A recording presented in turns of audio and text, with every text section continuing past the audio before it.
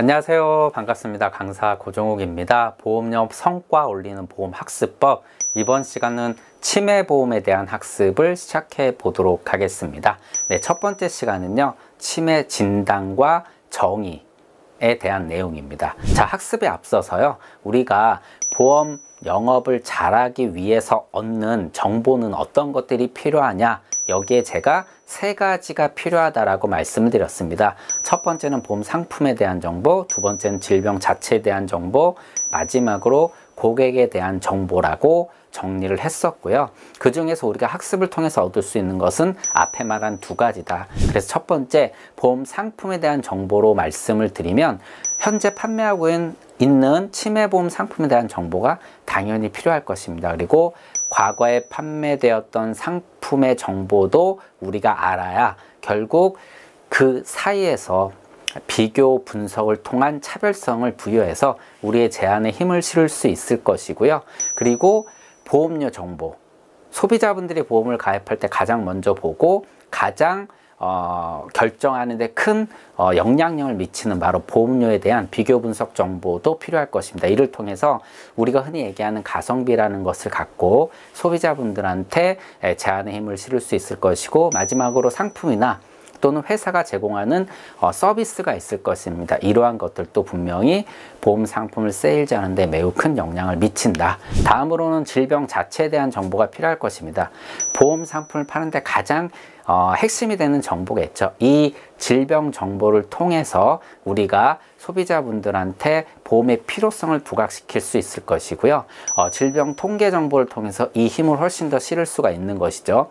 뭐 몇 명이 걸리더라, 걸리면 얼마의 비용이 들더라, 이러한 통계 정보는 니즈 환기뿐만 아니라 컨설팅의 기준이 되는 그러한 정보로서 소비자분들의 어떻게 보면 구매 결정에 꽤 큰 힘을 실을 수 있을 것이고요.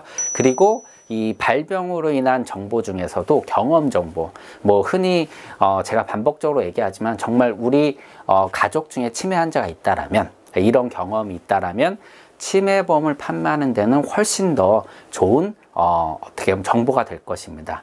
물론 우리가 모두 다 이러한 경험 정보를 얻을 수 없는 것이고, 이러한 경험 정보를 그래서 간접적으로 얻는 것도 매우 중요하다. 그래서 영상이나 또는 실제 경험한 분들을 통해서 우리가 경험 정보를 얻는다라면 세일즈에 굉장히 큰 힘을 실을 수가 있을 것이고요. 마지막으로 분쟁 정보들, 치매보험을 어떻게 보면 보험금을 청구했을 때 어떤 어떤 부분에서 문제점이 생겼는가, 이런 부분들도 파악을 한다라면은 컨설팅에 매우 좋은 힘을 실을 수 있다. 그래서 이렇게 이제 두 가지 정보에 대해서 정리를 했었습니다. 네, 그럼 본격적으로 치매의 정의와 진단 관련해서 이야기를 좀 해보도록 하겠습니다. 자, 치매는 질병이 아니라 증상이다, 이런 이제 표현이 있는데요. 치매라는 질환은 결국 뇌가 아파서 어떤 증상을 보이는 것을 말하는 겁니다. 그래서 이러한 표현을 쓰고 있는 것이고요. 그러한 증상들이 어느 정도 이상일 때 결국 검사를 통해서 치매입니다 라고 이렇게 진단을 내리기 때문에 이러한 표현을 쓰는 거죠.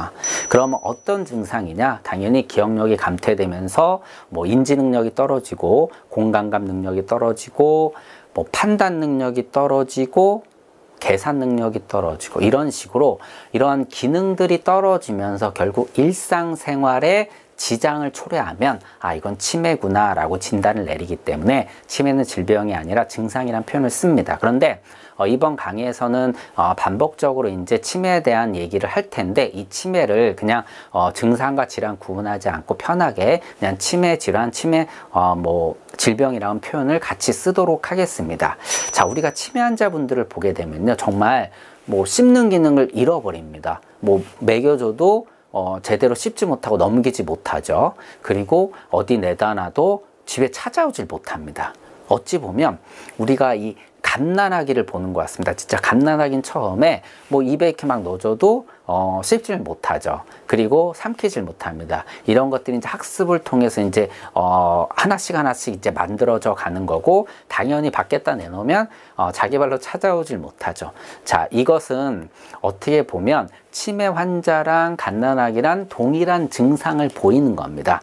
그런데 갓난아기도 치매 환자만큼 심각합니다. 그런데 갓난아기를 보고 치매 환자라고 하지 않죠.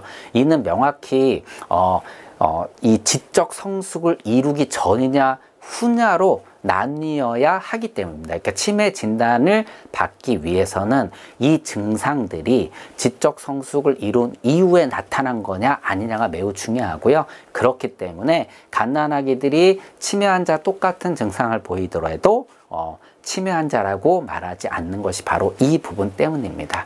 자, 우리가 치매 환자분들을 보게 되면 일단 드라마 같은 데서 많이 볼 수 있죠. 초기에 엄마가 갑자기 늘 해주시던 국이 너무 짭니다. 엄마 왜 이렇게 짜? 그러면 안 짠데 짜? 이러면서 서서히 본인의 미각이나 후각을 잃는 걸 볼 수가 있고요. 그리고 TV 볼륨이 커지죠. 이 TV 볼륨이 커지는 게 단순히 청각 능력이 떨어져서 뿐만이 아니라 이해 능력이나 이런 것들이 떨어져서입니다. 우리가 뭐 예를 들어서 외국어를 공부할 때를 보면 외국어에 익숙치 않다 보니까 아직 우리가 이제 이해력이 떨어지다 보니까 좀 제대로 듣기 위해서 볼륨을 좀 크게 하는 경우가 있거든요. 이런 경우라 좀 생각하시면 될 것 같습니다. 이런 식으로 이제 청력이나 이해력이 떨어지고, 그리고 이제 시공간 능력이 떨어지죠.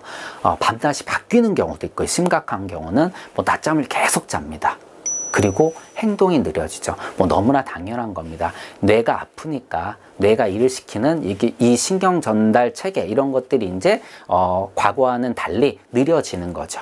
그리고 최근에 이제 핫한 드라마 이상한 변호사 우영우에서도 보시듯이 이완가요? 이제 치매 환자분이 나오는데, 이 치매 환자는 이제 버럭버럭 막 뭐 말도 안 되는 욕을 하면서 그 화를 냅니다. 그리고 참을성이 없죠. 조그만 거에서는 막 화를 내고, 그리고 의심병이 심합니다. 여기서는 이제 드라마에서는 와이프로 이제 배우자를 의심을 하는데, 이런 식으로 치매 환자분들은 이런 이제 참을성이 없고 화를 잘 내고, 그리고 의심병이 도지는 이러한 증상을 보입니다. 어떤 드라마에서는 이 의심병이 도져가지고 누가 자기 걸 훔쳐갈까봐 자기 물건들을 막 숨겨놓는 그러한 장면도 볼 수가 있었고요. 그리고 이제 길을 못 찾죠. 그리고 같은 말을 계속 반복합니다. 시공간 능력이 떨어지다 보니까 발생하는 이러한 증상들입니다.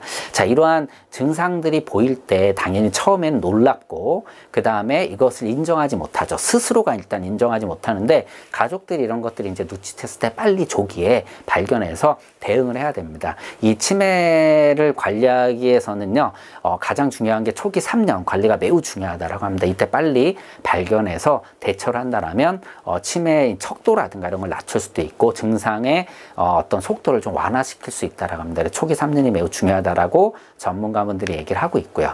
자, 우리가 시니어 모멘트라고 하는 건데, 저도 내년이면 이제 50인데 깜빡깜빡합니다. 분명히 예전보다요 굉장히 깜빡깜빡하는 것들이 많아졌습니다. 근데 저는 물론 제가 이제 검사를 한 건 아니지만 치매라고 생각하지 않는 것이 그 깜빡깜빡한 것 자체를 제가 기억하거든요. 당연히 뇌는요 이미 30세부터 퇴화를 시작합니다. 그러니까 예전과 같을 수가 없는 것이죠. 물론 사람마다 다르겠지만, 그런데 이제 여기서 핵심인 거는 이렇게 기억력이 감퇴되는 거, 이것이 치매 질환의 가장 기본적인 어떤 증상인데, 이것이 과연 치매이냐 아니냐 이거를 구분하는 것이 쉽지 않다라는 것입니다. 그래서 우리가 건망증과 치매를 구분하는 방법을 좀 알 필요가 있다라고 하는 것인데, 자, 건망증은 예를 들어서 이겁니다. 어머님 TV를 보다가 저 사람 이름이 뭐지 하면서 이름이 기억을 안 나는 거예요. 자, 그러다가 아들이 거기 나왔었잖아 뭐 하면 맞다 누구지 하고 이렇게 힌트를 주면 딱 추론해낼 수 있는 거, 이런 것은 이제 건망증이고요.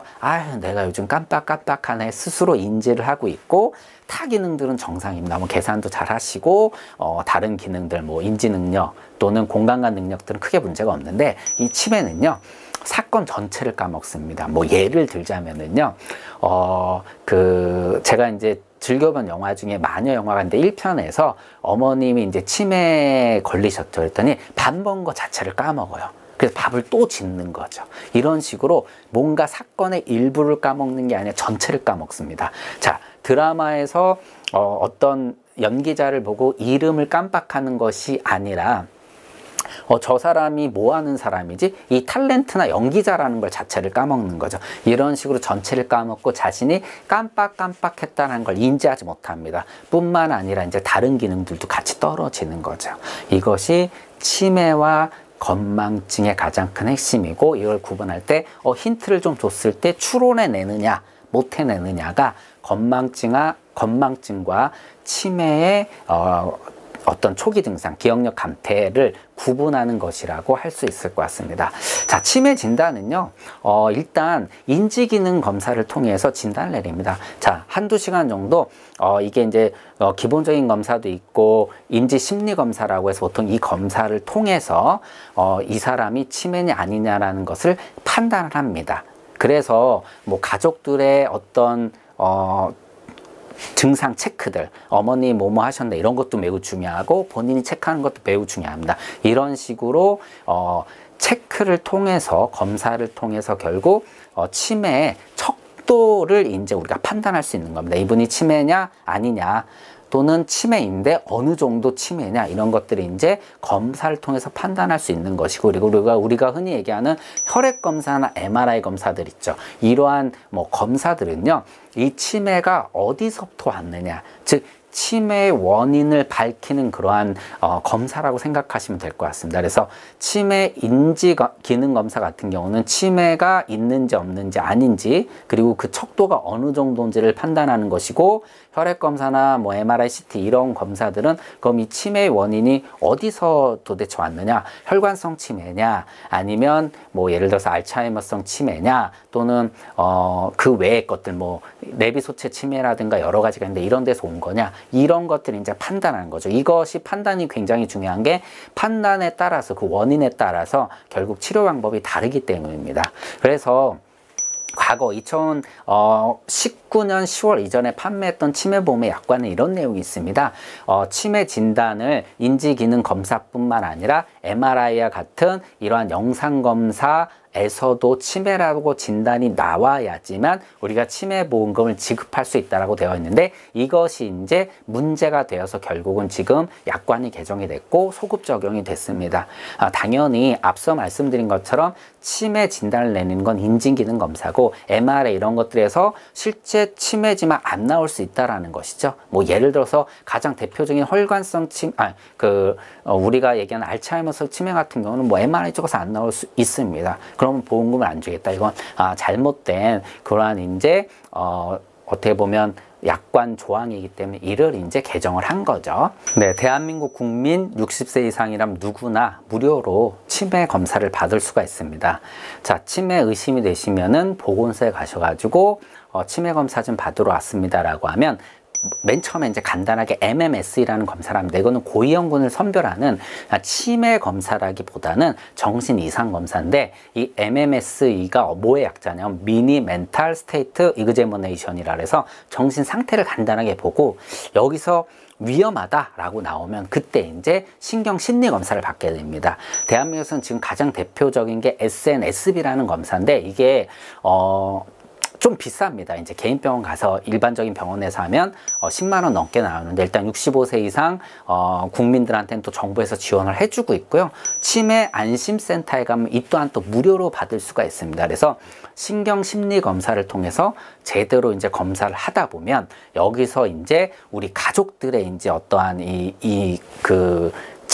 체크도 하는 거죠. 아버님, 어머님 본인들이 쓰는 것뿐만 아니라 주변에서 본 가족들의 내용들도 이제 여기에 이제 포함이 됩니다. 검사 내용에. 그래서 정상으로 나온다라고 해도 정상이지만 이러한 검사가 있었다라는 건 아무래도 위험을 갖고 있기 때문에 당연히 이제 뭐 예방 프로그램 이런 것들을 진행을 하고요. 그리고 고위험군에 속했다 그러게 되면 말 그대로 이제 인지 강화 프로그램, 우리가 치매에 걸리지 않게 하기 위해서 다양한 프로그램들을 우리가 진행할 수 있고요. 마지막으로 치매에 걸렸다, 어쩔 수 없이 이제 치매 센터에서 다양한 이제 혜택들을 누릴 수가 있습니다.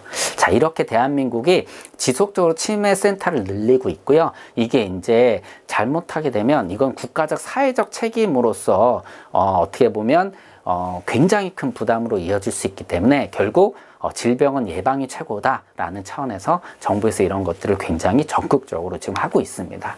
자, 오늘 첫 번째 시간은요, 치매의 정의와 그리고 진단 관련해서 이야기를 드렸는데, 자, 치매는 질병이 아니라 증상인데, 이 증상을 보고 검사를 통해서 어느 정도 이상이면 치매라는 진단을 내린다. 그리고 여기에서 가장 중요한 건 지적 성숙 이후에 발생되는 것이다 라고 말씀을 드렸고요. 그리고 대한민국 치매 검사 제도가 잘 돼 있기 때문에 초기에 빨리 진단 내려서 어떻게 보면 뭐 질병 자체에 대한 속도라든가 그리고 척도 이런 것들을 낮추는 것이 매우 중요하다라는 말씀 드리면서 오늘 시간은 정리를 하도록 하겠습니다. 네, 고맙습니다.